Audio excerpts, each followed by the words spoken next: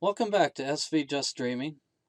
When we left off, we were in the ocean, winter sailing south, uh, and we were coming down along this line right here. This is actually this yellow line. Let me zoom in there just a bit. That yellow line is our actual track on our software, and we had to stay out from shore because we were coming across this field for the Well, how do you pronounce that? Winya? Why? Waya, Why? Wina? Winya, Winya. Winya maybe Bay Winya. entrance. First off, I like big shipping entrances because I like lighted buoys, and this was a lighted buoy entrance, and it was made for big ships. So I like that. We had wind coming from the west going east. So when we made this turn, we were going pretty much into the wind. And this is a big, wide entrance. We had to get past these shallow shoals before we could turn in. We probably could have cut this a little tighter, but we decided to stay in deep water. And as you can see by our track, we were having a very difficult time maintaining a straight ahead course. So uh, the autopilot was struggling because we had wind against us, waves against us, and current against us. It was late at night, and We have a policy we don't come in at night in the dark, especially a new inlet. But we had no choice.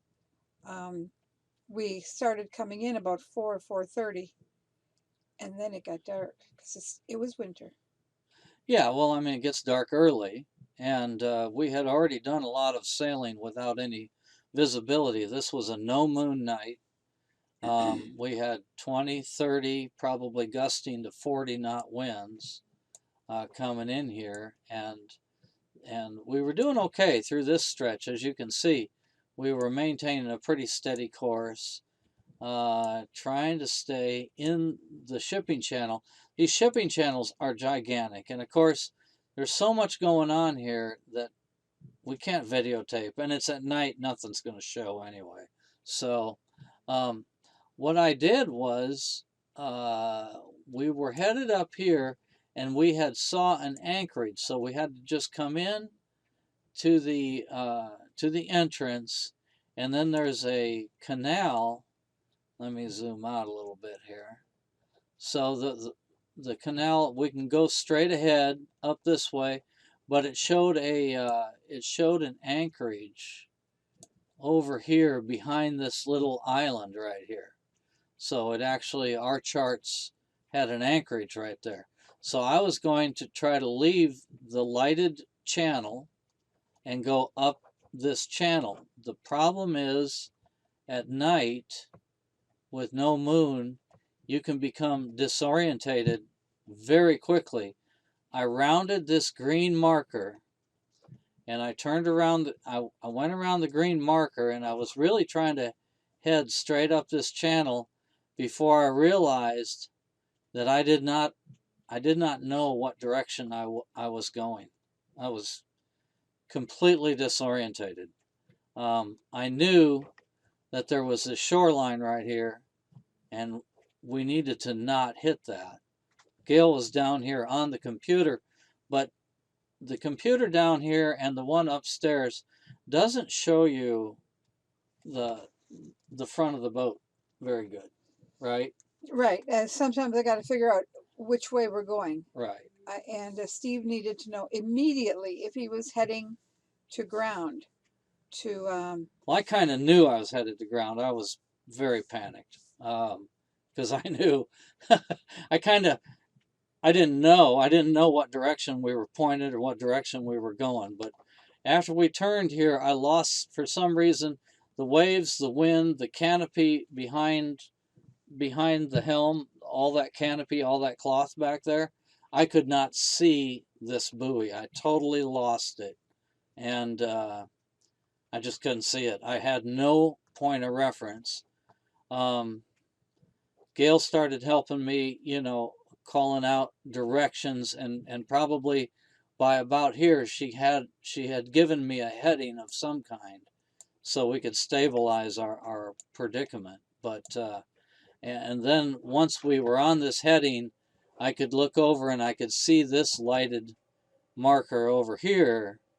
I never did see this marker again after that.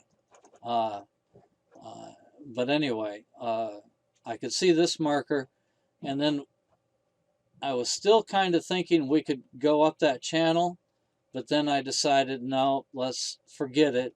She said that Georgetown proper was 6 miles away, right? Something Yes, like that. I said there's a town because I couldn't see anchoring in this wind and everything because as you can see, we had 8 feet, we had 9 feet, we had 4 feet and 2 feet, and it was so disorientated in total darkness. And she's talking about depth here. You get off the channel, and pretty soon that right there is 1 foot of water, and so we just decided to get back in the lighted channel.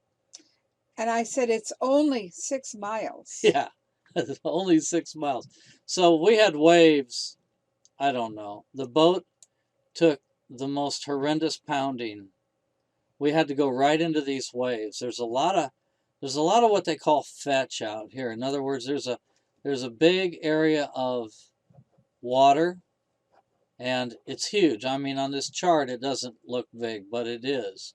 And the waves were just huge, and the current was flowing out of this tube like a chute, and I don't know how fast that current was.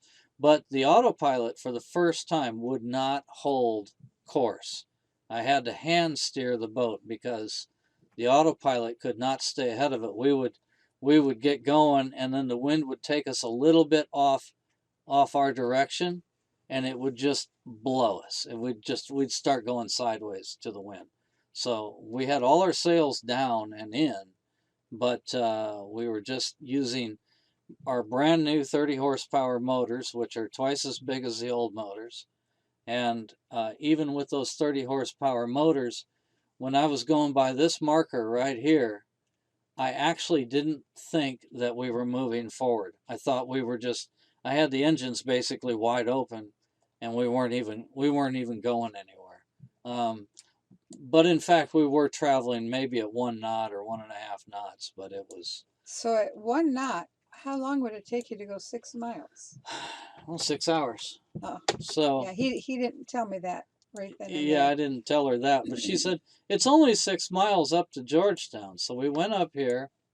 Usually when we come in an inlet, all of a sudden everything is calm because there's land obstruction, but there was big body of water here, and it did not it did not shield us from any of the wind. Once we got here, we started getting in the lee of this land over here, and the wind started dying down. I think maybe the current things started getting better. Um, and then all I had to do was stay in the marked channel. That became pretty difficult because if you look at here, so when we left, this is our track leaving. But when we went in, this is our track.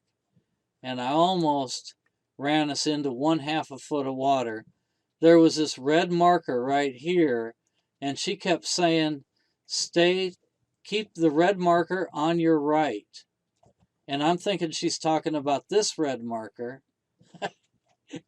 And it's this red marker over here. Because he's looking at a different chart than I am. Well, yeah, we have two different charts. She's downstairs talking to me, and I'm up there, and she's saying, keep that red marker on your right. And she kept saying, where are you going? Where are you going? And I said, I'm going to keep this red marker on my right. And I'm looking at this marker here.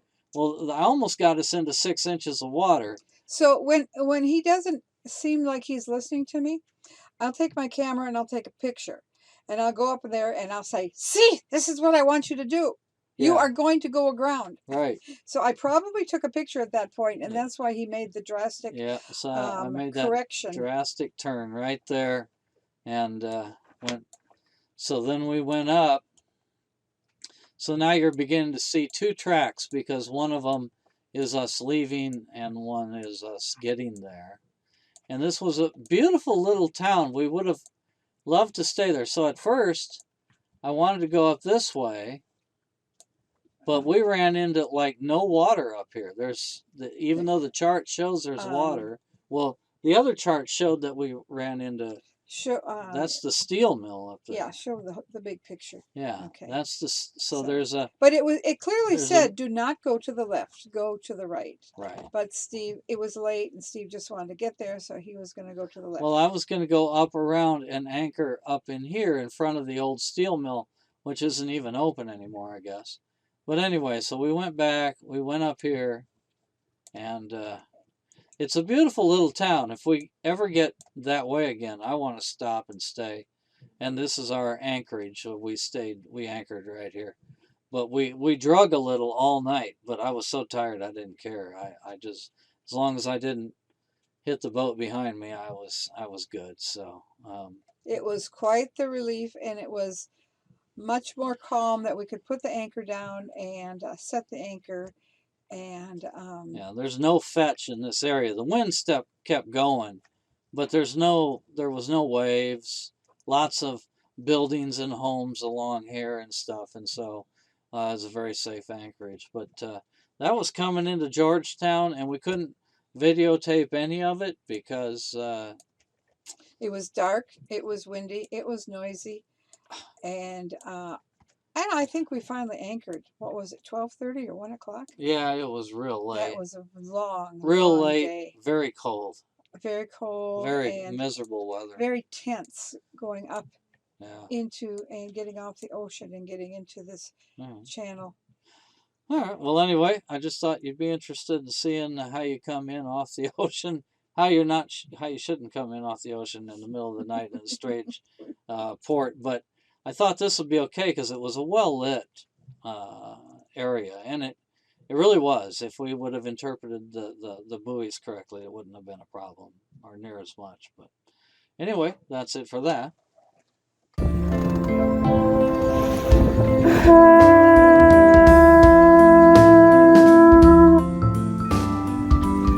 It is sunset officially now.